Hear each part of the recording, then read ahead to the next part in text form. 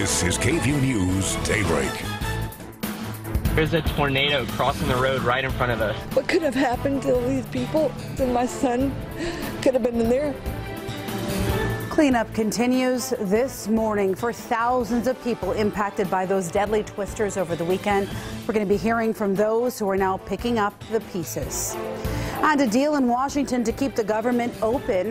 What we're learning about the $1 trillion funding plan and who it's impacting. And faking his own death this morning, what the wife of that missing Austin officer is saying about her husband, trying to make everyone believe he was dead, and how investigators figured it all out.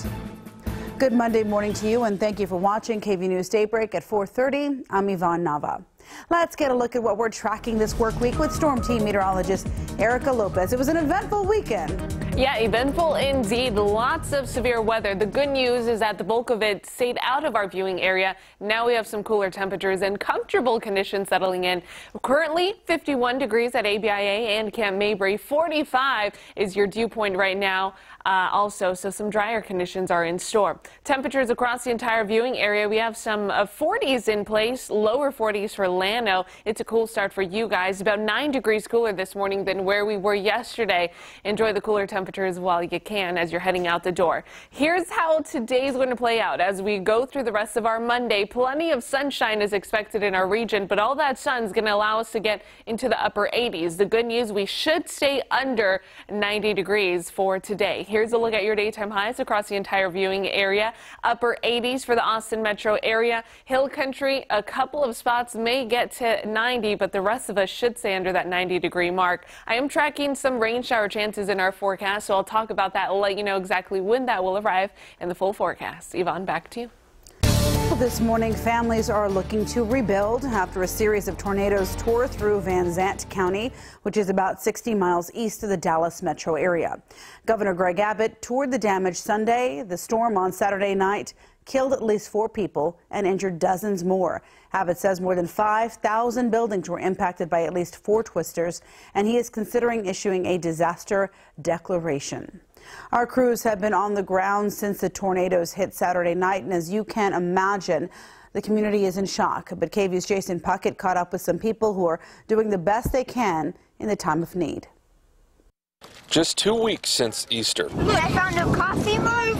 But this Sunday, folks in Canton were searching for much more than eggs. I found a whole book of pictures. Yeah, so anything that's valuable to them, pictures, jewelry, clothes, stuff that I guess that you would want if your house was destroyed. A community out to help one of their own rebuild everything. We didn't hear all that much. Saturday night when the sky got dark and the wind picked up, Ron Seal and his wife ran to their storm shelter. It was muffled. I mean, we knew it was happening, but it was a muffled sound. With their 2 dogs, they sat underground while their home and everything in it was ripped away. We've been down here many a times on storm watches, but every other time, you know, we come up and it'd be okay. But boy, this time it was not.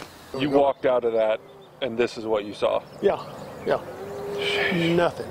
As he took us through what was once his home, Big carport where the trucks are, the reality kept sinking in. Of course, it's gone. That if it weren't for that storm shelter and he believes someone watching from above, he, his wife, and his dogs wouldn't be here today. I'm sorry. It gets a little emotional. But we're lucky. We're lucky, but I don't know if we'll ever get it cleaned up. Well, we got to, though. And with the help of his community, he is already on the way. Enough. Jason Puckett, KVUE News. It's dirty. I'm sorry. One of the triage centers set up to care for the many who were injured during the storms at high school campuses in Canton, Texas. Well, it was a chaotic scene, as you can imagine, with the ambulances bringing in the injured as other ambulances were racing out to find victims. EMTs say that dozens were brought to receive medical aid. People being brought in were bloodied and some with broken bones. Dad came running inside and said, "It's here, get to cover." So we ran to our back hallway, laid down, prayed. A tragedy with great magnitude like this will definitely bring our community closer. Volunteers came in with water and food for exhausted workers who continue to go out and search and rescue missions. Many showed up to the triage center looking for family members who were unaccounted for. And the search for a missing Austin police officer continues today. Police are now saying that he tried to fake his own death. Coleman Martin is now facing a Class A misdemeanor charge of making a false report. The 29-year-old was reported missing and suicidal by his wife on Tuesday. Authorities found his car near Del Rio on the Texas-Mexico border. Police say Martin tried to fake his own death by leaving suicide notes and even staging his own drowning with the raft set up to look like he had thrown himself overboard. Investigators say his email has been accessed from an IP address in Mexico, and he sent an email to a friend explaining the hoax. On Saturday, we received an email from Martin's wife. She said Cole recently received a new prescription medication. The side effects were causing him to be depressed and think irrationally. We want him to know his family loves him unconditionally and wants him home safe. If you have any information about Martin's whereabouts, please call the number on your screen, or call police if you don't see that number, which I don't. Well, happening today, search crews will head out to Lake Travis and continue looking for a man who went underwater and never came back up. Sheriff deputies say the 21-year-old, along with 2 other people, were on a party barge when they went cliff diving on Sunday afternoon. Officials say the partygoers had flotation devices, but the 21-year-old lost his device. Crews will begin looking for the man at 8 this morning. 2 Austin parents are taking a stand against school bullying. They're saying their daughter has been dealing with harassment for too long, and now they want to see some serious changes for the Austin Independent School District. The parents of the Bowie High School student say she has been repeatedly harassed by another student over the last several months. The family also says school staff members were aware of the male student's behavior, and officials were informed of his mental state by his parents late last year. School officials recently wrote a letter saying, quote, "The other student and his parents have agreed to have adult supervision for him during transitions to protect him from such allegations." But the family has had enough. They filed a lawsuit against the district, accusing officials of sex discrimination. And happening today, a protest is planned at the Capitol over the so-called Sanctuary Cities bill. Last week, the House passed the bill, which would require all law enforcement to honor ICE detainers. An ICE detainer is a written request that a local jail detain an individual for an additional 48 hours after his or her release date in order to give ICE agents time to investigate if they are in the country legally. The measure also asks officers to ask someone about their immigration status before they have been arrested when they are just detained. Community members and leaders say the goal of today's event is to encourage Governor Greg Abbott to veto the legislation.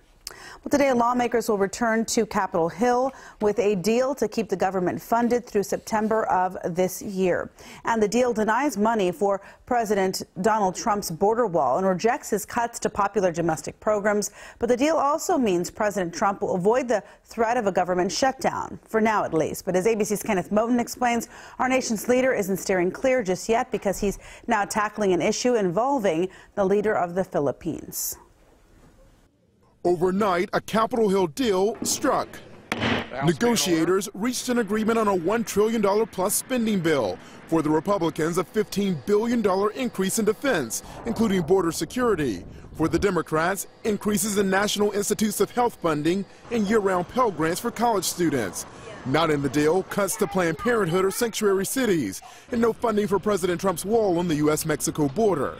Unless his approach changes, the next 100 days will be just like the first, a series of broken or unfulfilled promises. The attention turning back to health care this week. House Republicans still don't have the votes for his new plan. And as soon as possible, we will bring that bill to the floor. Health care on the mind of President Trump at his weekend rally in Pennsylvania.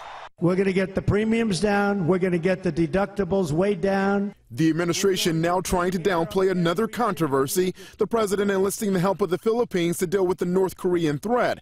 Trump invited Filipino President Rodrigo Duterte to the White House, a man facing international outrage over his violent anti-drug campaign and abysmal human rights record. We need cooperation at some level with as many partners in the area as we can get to make sure that we have our ducks in a row. The spending bill is expected to get bipartisan votes this week to pass. The measure also includes nearly $70 million to reimburse local law enforcement in New York and Florida to protect the president and his family. Kenneth Moten, ABC News, Washington. All right, let's get another look at our weather with Erica Lopez.